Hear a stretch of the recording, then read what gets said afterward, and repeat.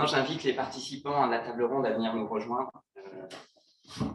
Donc, j'ai le plaisir d'accueillir Vincent Templard, qui est le président de Medicalps, donc, qui sort d'une grosse journée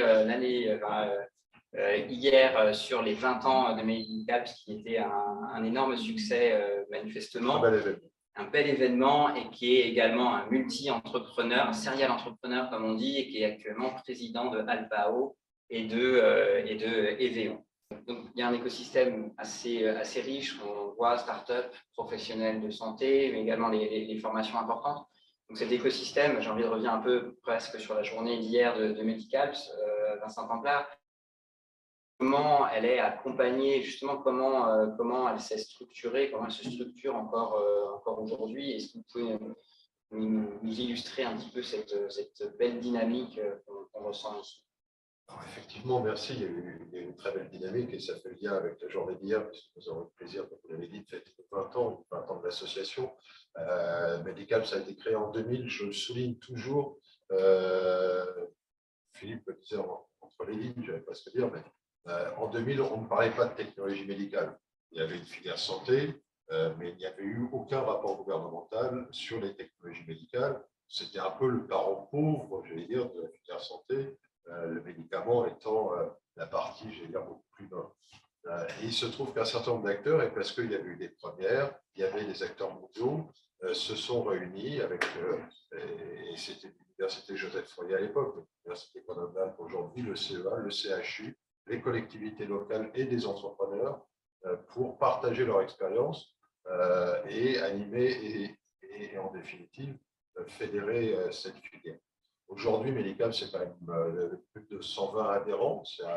Et le nombre d'adhérents a plus que doublé au cours des 7 dernières années. Donc, il y a un très fort dynamique. Et moi, je parle souvent de l'Y grenoblois, la topographie des vallées, mais c'est la formation, c'est la recherche et c'est l'industrie, avec le soutien effectivement de la CHU et du centre d'investigation clinique extrêmement présents, qui sont effectivement en appui. Cette filière, elle a été tirée par des leaders mondiaux, je l'évoquais. Je pense qu'une filière qui se développe a besoin de locomotives.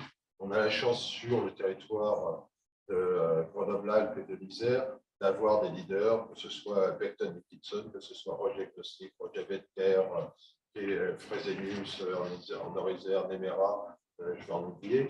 Et aussi la richesse de l'écosystème. On parle beaucoup aujourd'hui, le focus est sur l'imagerie, mais tous les segments, j'allais dire, des technologies médicales dans la RFA sont représentés de façon extrêmement importante. Ce n'est pas une ou deux entreprises, mais que ce soit l'imagerie, que ce soit la robotique, la chirurgie assistée par ordinateur, que ce soit l'administration de médicaments, que ce soit le diagnostic in vitro, que ce soit la e-santé, la biotechnologie, les implants, je l'ai dit, mais sont présents. Et cette richesse est liée aussi à la multidisciplinarité, effectivement, des technologies qu'on utilise dans nos développements. Cette filière, elle s'est structurée au fil du temps et aujourd'hui, effectivement, c'est quand même 32 000 emplois en Isère, un poids économique extrêmement important puisqu'on parle de 6 millions d'euros de chiffre d'affaires, c'est 9 000 étudiants, c'est 200 équipes de recherche pluridisciplinaire, donc effectivement une filière structurée, dense, porteuse de beaucoup de projets.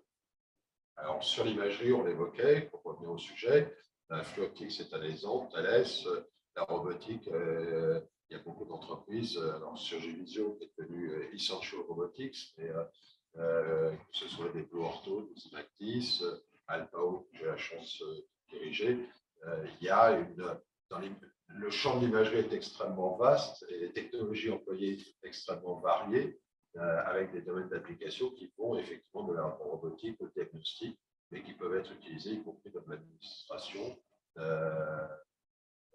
Voilà. Ce qui est le propre de l'imagerie, en fait, je pense que ça s'articule autour de technologies, de problématiques de santé, d'informatique, qui on retrouve cette interdisciplinarité. Le rôle, justement, j'ai envie de rebondir sur la part et l'apport du CHU, parce que la partie imagerie, elle est importante, elle a un objectif in fine, c'est aller quand même soigner des patients, diagnostiquer et soigner. Donc, le CHU de Grenoble, ça a été dit plusieurs fois, a une empreinte particulière et apporte une contribution vraiment très significative.